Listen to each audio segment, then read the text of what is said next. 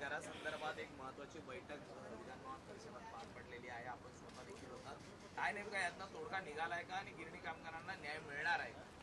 आणि आपल्याला माहित असेल की 2 दिवस अगोदरच प्रचंड गिरणी कामगारांचा राज्यभराचा मोर्चा आज त्यावेळी आझाद मैदानला आम्ही आणण्याचं काम केलं होतं. खरं तर त्याच दिवशी सरकारने याची दखल घेऊन गिरणी कामगारांच्या शिष्टमंडळावर चर्चा करावी अशी आमची अपेक्षा होती.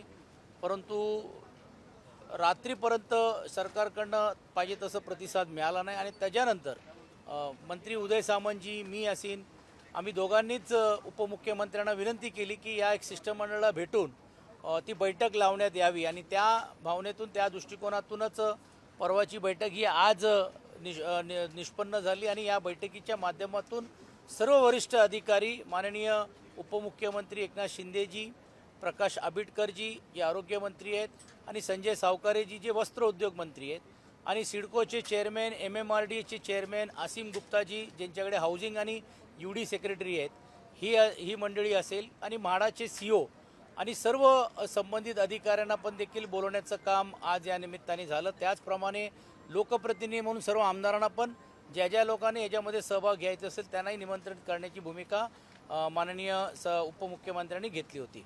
त्या हिशोबाने आमचे सर्व 14 संघटनेचे लोकांनी पण सर्व विषय मांडण्याचं काम केलं आणि आमचा पहिला आग्रह असा होता काही जरी झालं तरी मुंबईतल्या संयुक्त लढामध्ये ज्या गिरणी कामगारांनी आपलं रक्त सांडून हे महाराष्ट्र मिळून दिलेलं आहे त्याला तुम्ही मुंबईमध्ये स्थान देणार आहात की नाही हे आम्हाला स्पष्ट सांगा.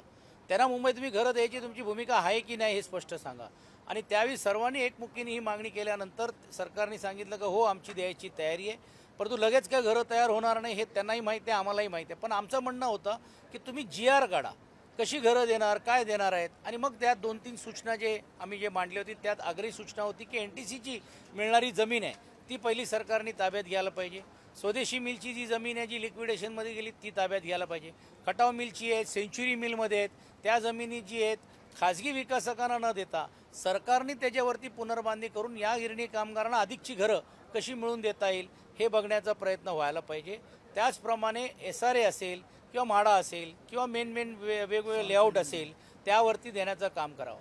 आणि आमचं म्हणणं आहे की बा याच्यात GR काढा आणि मग सरकारने या सर्व गोष्टी ऐकून 2 तास सखोल चर्चा अधिकाऱ्यांबरोबर झाली आणि राज्याचे उपमुख्यमंत्री आणि मंत्रिमंडळाने निर्णय दिला की आम्ही याच्याबद्दल सुस्पष्ट धोरण करतो, सुस्पष्ट GR काढतो, सुस्पष्ट या मुंबई शहरामध्ये जास्तीत जास्त घरं कसं मिळता येईल. मग SRAला अधिकचा FSI द्यायचा असेल तरी देऊ, म्हाडाला अधिकचा FSI द्यायचा असेल तरी देऊ आणि त्या घरांमध्ये गिरणी कामगारांना राखीव ठेवण्यात यावं. आम्ही युक्तिवाद करत असताना हे सांगितलं की तुम्ही PAP म्हणून ज्यावेळी आज धारावीच्या डेव्हलपमेंटसाठी सॉल्ट प्लॅन्ट लँडमध्ये तुम्ही जमिनी मागताय मग त्या जमिनी जर मुंबई शहराला मिळणार असतील जे हजारोचे एकरमध्ये आहेत त्यामध्ये पण तुम्ही गिरणी कामगारांचा हिस्सा ठेवा. त्याचबरोबर मुंबई लागत असलेले सिडको असतील त्याच्यामध्ये काही नवीन होऊन घरं तयार होत असेल तो घराचा पण एक पर्याय लोकांसमोर ठेवण्याचं काम करा आणि मुंबई शहरामध्ये जास्तीत जास्त घरं ही कशी मिळून देता येईल हा देखील युक्तिवाद करण्याचं काम आम्ही केलं आणि त्यांनी तसं सर्व मिनिट्स केलेले आहेत मान्य केलेले आहेत आणि लवकरात लवकर त्याच्यातलं GR काढण्याचं काम करतील अशी भूमिका त्यांना आम्ही मांडण्याचं काम केलं. आणि त्याचा एक भाग म्हणूनच आज गिरणी कामगारांचा एका प्रकारे जो यशस्वी रीतीने मोर्चा त्या सर्व कामगारांनी काढला त्याला एक यश मिळालं असं म्हटलं तरी ते अयोग्य होणार नाही. यश म्हटलं म्हणजे सरकार निवेदन करेल त्याच्यावरतीच विश्वास ठेवून घेऊन आम्ही चूप बसणार अशाचा भाग नाही.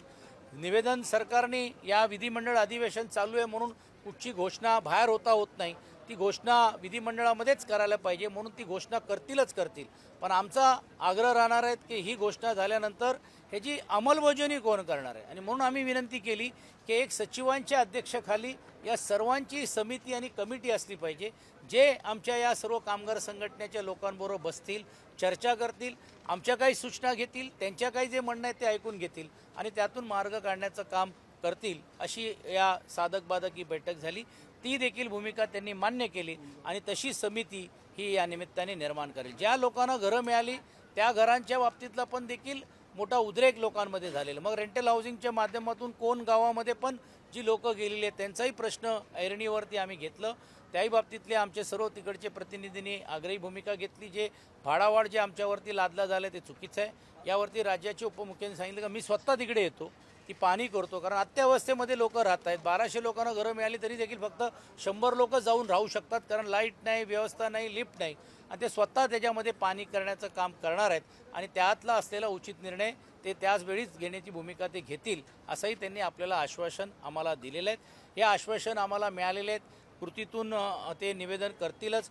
पण पुढे देखील आम्ही असेच संघटित राहून एकूण एक जे त्यांनी दिलेला शब्द हे पाळण्यास आम्ही त्यांना भाग पाडू आणि त्यांना सहकार्य पण करू.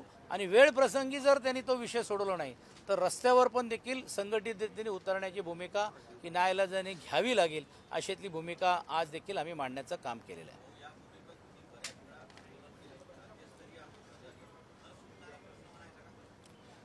कसं आहे बघा, आंदोलन केल्याशिवाय किंवा त्याला संघटित होऊन केल्याशिवाय सरकारला जाग कशी येणार.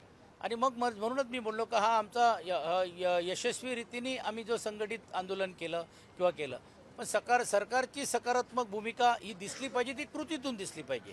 ती दिसली नाही म्हणून तर आम्ही रस्त्यावर उतरलो. आणि आता उतरल्यानंतर पण आम्ही त्यांना सांगितलं की आम्हाला GR द्या, आम्हाला मिनिट्स करा, जेणेकरून या सर्व गोष्टी आमच्यापर्यंत यायला पाहिजे, लोकांपर्यंत जायला पाहिजे. आणि त्याचा तंतोतंत पालन होतोय की नाही त्यासाठी समिती गठीत करा, ते त्यांनी मान्य केलेलं आहे. तर आपण सरकारवर विश्वास तात्पुरता का होईना आपल्याला ठेवलं पाहिजे. कृतीतून त्यांनी केलं तर आम्ही त्याचं स्वागत करू, जर नाही केलं तर परत एकदा आम्ही रस्त्यावरती उतरण्याची आमची मनस्थिती आणि मानसिकता आणि भूमिका आमची नेहमीच राहणार आहे. धन्यवाद. थँक्यू. देश विदेशातील प्रत्येक घडामोडींचे लाईव्ह अपडेट मिळवण्यासाठी आता साम टीव्हीच्या सर्व सोशल मीडिया प्लॅटफॉर्मला लाईक, फॉलो आणि सबस्क्राईब करा.